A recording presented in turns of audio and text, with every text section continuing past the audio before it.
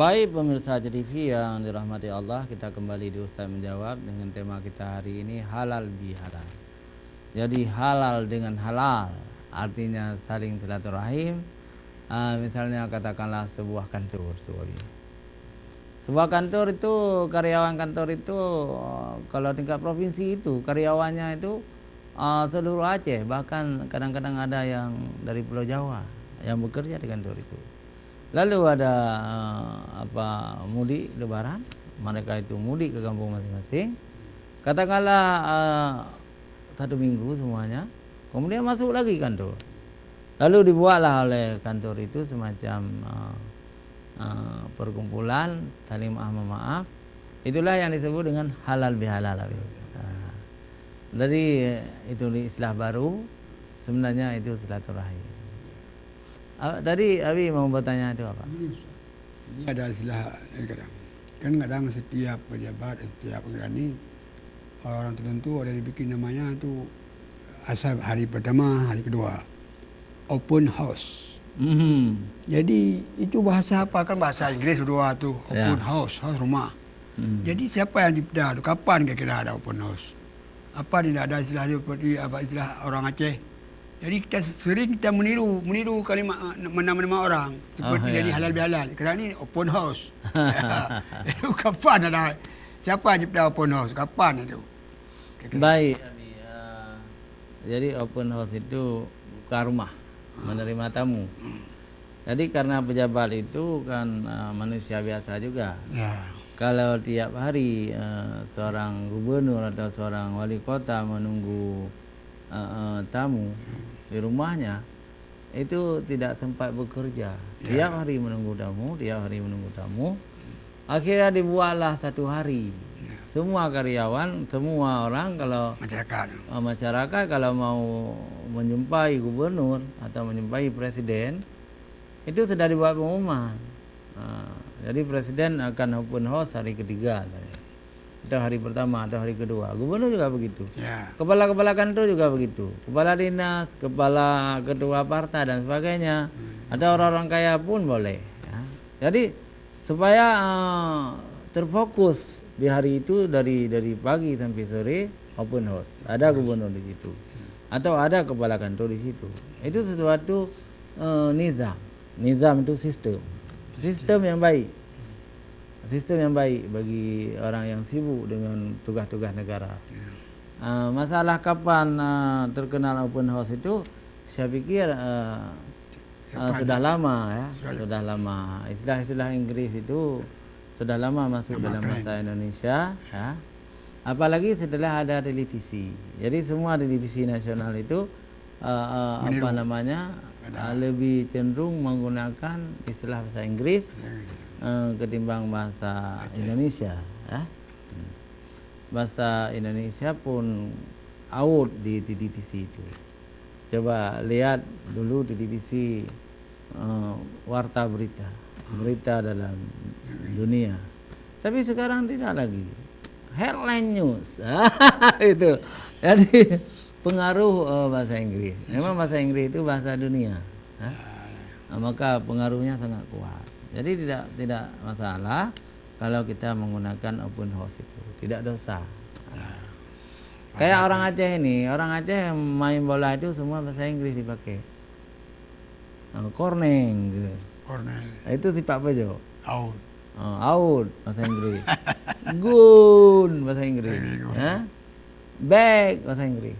Yang main di belakang. Apa lagi? Jadi tidak masalah. Karena itu berasal bola itu dibawa oleh orang barat ke sini. Maka bahasa mereka. Tsunami pertama sekali terjadi di Jepang. Maka tsunami menjadi bahasa dunia. Seluruh dunia disebut tsunami. Kalau air laut naik, itu tidak masalah. Tidak masalah semuanya. Yang penting nilai-nilainya itu tidak bertentangan dengan syariat Islam. Tapi yang parah kita semua bukan itu aja, bukan budaya aja ikut. Ini kadang-kadang syariat ikut orang juga ada yang itu.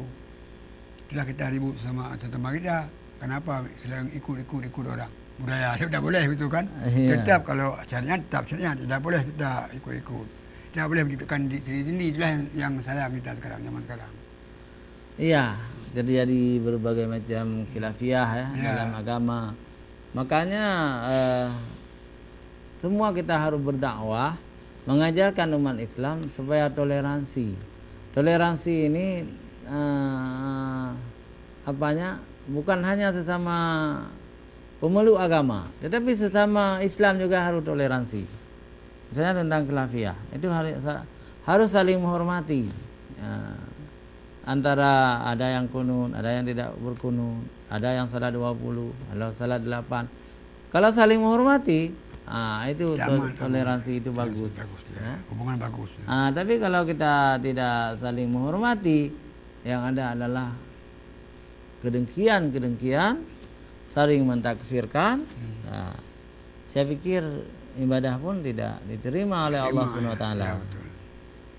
Pemirsa TV yang dirahmati Allah, semoga semua kita ini menjadi manusia-manusia baru, hasil produksi bulan suci Ramadan. Kita pertahankan. Artinya kita sudah diberi nilai-nilai takwa oleh Allah Subhanahu wa taala, maka kita pertahankan sampai datang Ramadan yang akan datang. Itulah termasuk orang-orang yang mendapat kemenangan, keberuntungan. Iya. Katakanlah, aku adalah orang-orang beriman. Aku tidak akan kembali kepada kemaksiatan. Imanku telah manis. Aku tidak akan membuat imanku lagi pahit. Seperti tahun-tahun yang akan datang. Itu. Yang belakang. Harus kita berazam, bercita-cita. Inna salati wa nusuki wa mahyaya wa mamati lillahi rabbil alamin. Sesungguhnya hidupku, sesungguhnya salatku, ibadahku, hidup dan matiku lillahi rabbil alamin. Karena Allah, Tuhan pencipta semesta alam. Kita tidak boleh memperturutkan hawa nafsu. Kita tidak boleh mengotori lagi keimanan kita. Tidak boleh lagi mengikuti langkah-langkah setan. Karena setan itu innahu lakum aduwwum mubin. Sesungguhnya setan itu musuh kamu yang nyata. Maka kita harus menolak konsep-konsep setan, iblis. Kita tolak. Misalnya sekarang sedang Piala Dunia. Silakan nonton. Mungkin kita hobi bola, silakan nonton. Jangan sampai nonton bola tinggal salat subuh. Meninggalkan salat subuh dosa besar. Itu. Begini Ustaz, mudah-mudahan kita yang mendengar ceramah ini termasuklah orang-orang qad aflaha man tazakka. Ya, seperti yang kita uraikan. Kemudian kebetulan juga ni Piala Dunia tahun ini tidak ada subuh. Jadi habis Isya, ataupun habis salat tarawih. Habis salat maghrib. Tidak seperti tahun-tahun yang lalu subuh. Tapi yang penting pada pemirsa dimanapun anda berada, patuhilah apa yang Ustaz memberi arahan kepada semua pendengar. Mudah-mudahan kita termasuk orang-orang mendapat kemenangan, insya-Allah. Mempertahankan citra kita, ibadah kita di bulan Ramadan yang sudah lalu. Ya, baik. Sampai mendapat jumpa Ramadan yang akan datang. Baik, Abi, kita baca satu lagi pertanyaan ini dan secara singkat kita jawab, habislah waktu ya. Assalamualaikum Ustaz. Waalaikumsalam warahmatullahi wabarakatuh. Mengapa manusia itu sangat suka menonton bola? Dan kalau ada ceramah mereka itu tidak sebanyak orang-orang yang menonton bola. Wassalam Khadijah di Banda Aceh. Perempuan. Wahai Ibu Khadijah, jawaban home. Home artinya enggak tahu kita. Yang jelas manusia ingin memuaskan dirinya. Jadi di bola itu ada kalah menang. Orang suka. Suka. Jadi hawa nafsu itu suka kepada kalah menang. Sedangkan di ceramah atau salat ya, itu tidak ada kontradiksi itu. Hanya satu lurus menuju Allah kita. Ceramah menuju Allah. Salat menuju Allah. Orang tidak suka. Tapi bola ada kontradiksi. Tinju ada kontradiksi. Jadi orang lebih suka itu menonton yang ada kontradiksi. Jadi mungkin karena bola sudah menjadi olahraga dunia yang paling populer. Kalau kita katakan haram juga dalilnya tidak ada. Nah, silakan aja nonton bola. Tapi jangan sampai dengan bola itu membawa kita ke neraka. Bisa jadi yang pertama tinggal salat. Yang kedua terjadi judi. Judi itu dosa besar. Tinggal salat dosa besar. Jangan orang kafir main bola, kita masuk neraka. Dan kalau boleh ya, jangan terlalu fanatik kepada hiburan-hiburan dunia. Tapi fanatiklah kepada ajaran agama. Itu yang kita harapkan. Tapi ada juga Ustaz nih yang apakah ada olahraga yang haram kita, contohnya olahraga apa yang haram? Banyak sekali cabang olahraga yang haram.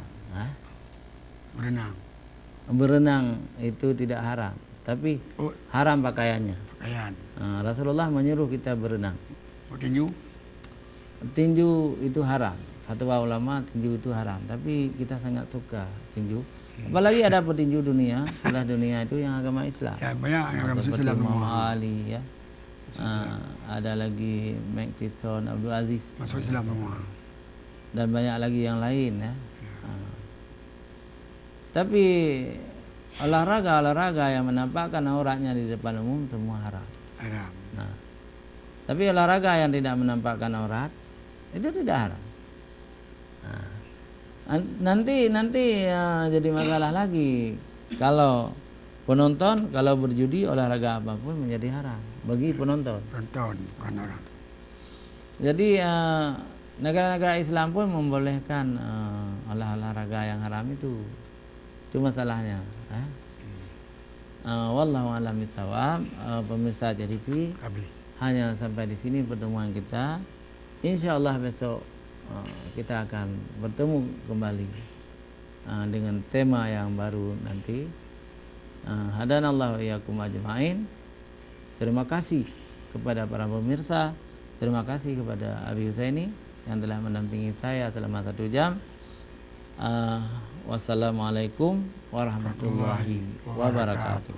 Waalaikumsalam.